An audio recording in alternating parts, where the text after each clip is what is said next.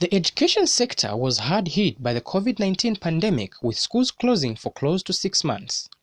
Learners, teachers, and education administrators have been employing alternative ways of learning and teaching, especially in the wake of the pandemic. One such alternative is the use of technology. While this alternative may bring so much uncertainty among users, some educators and learners have had to adapt. It's always good to try something new, as long as it enables the learners improve their learning. And we are always urged to give in the best that we can for our learners. When we started, there was a bit of laxity. They were not sure. Probably it was a phobia of going the IT direction. But then when COVID-19 breakout came up, there was more drive into finding a way on how best we can ensure our learners continue learning.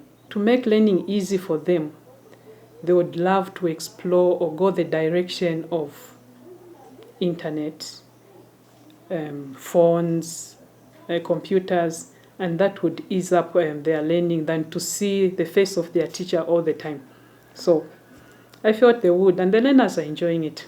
Zambian ICT and content developers are rising to the challenge to meet the needs of the pupils. This is important because online platforms equip learners with literacy skills. Literacy levels in Zambia are very, very low. And we are thinking, how can we help that? And some of the challenges that we are seeing, of course, we've got an exponential growth in the number of students in a class. And you can imagine if a teacher has to mark 120 books of composition, how much work they have to put up with. So we are saying that how do we help that teacher? There are a lot of options that we can think about. Some of the options would be, let's go out there and employ many teachers. Now, as a country, we may not have that capacity. But if we are deploying technology, we can then help in the marking of composition, like what the kids have been doing here.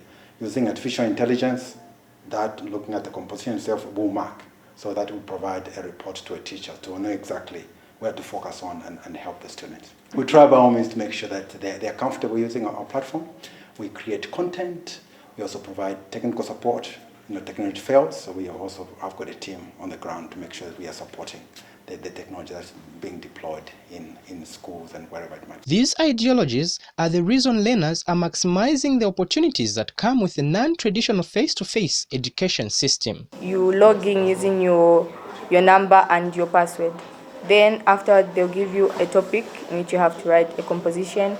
Then when you're done writing your composition, you submit it, and after some time it will grade you. It will tell you your mistakes.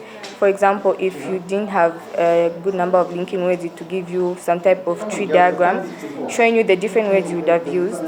And it just basically, it's more like a teacher, and it advises you on what to do and what not to do. Everyone can write. It doesn't matter your grade. And I feel a grade 8 would be able to write better than a grade 12. So this app is for everyone. It's going to help me improve because each and every time it produces a report that will let me know where I went wrong and what I need to improve about my writing skills. The use of technology may be looked at as a replacement of physical human labor.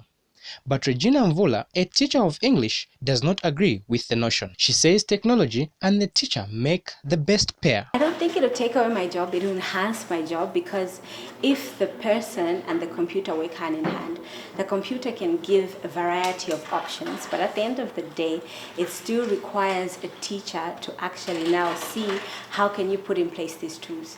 Because if that was the case, I think with the coming of the computers and all these free materials, definitely education would have been rendered useless. But we're still here, we're still growing strong. So I think the best pair is the computer and the teacher working hand in hand. So the computer finds out the problem the kids have. I come in now to see how can I teach this child. I can actually log in real time and see the progress, who's written, how far they've gone.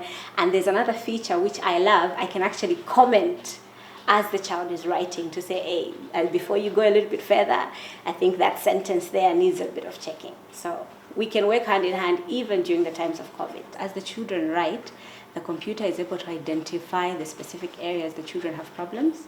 And when I get that feedback, I can then prepare the lessons and tailor them to meet each child. And it will even be easier for remedial work. Instead of going in class generally teaching the rules, I can be able to say, okay, pupil A has this problem, and let me help with that problem. Technology is being embraced in many sectors of development as man's second best friend, including in the education sector. As the world battles with the COVID-19 pandemic, technology is becoming the next best alternative in securing a rise in the literacy levels in Zambia. Reporting, I am Luhano Mwangweo. Good morning.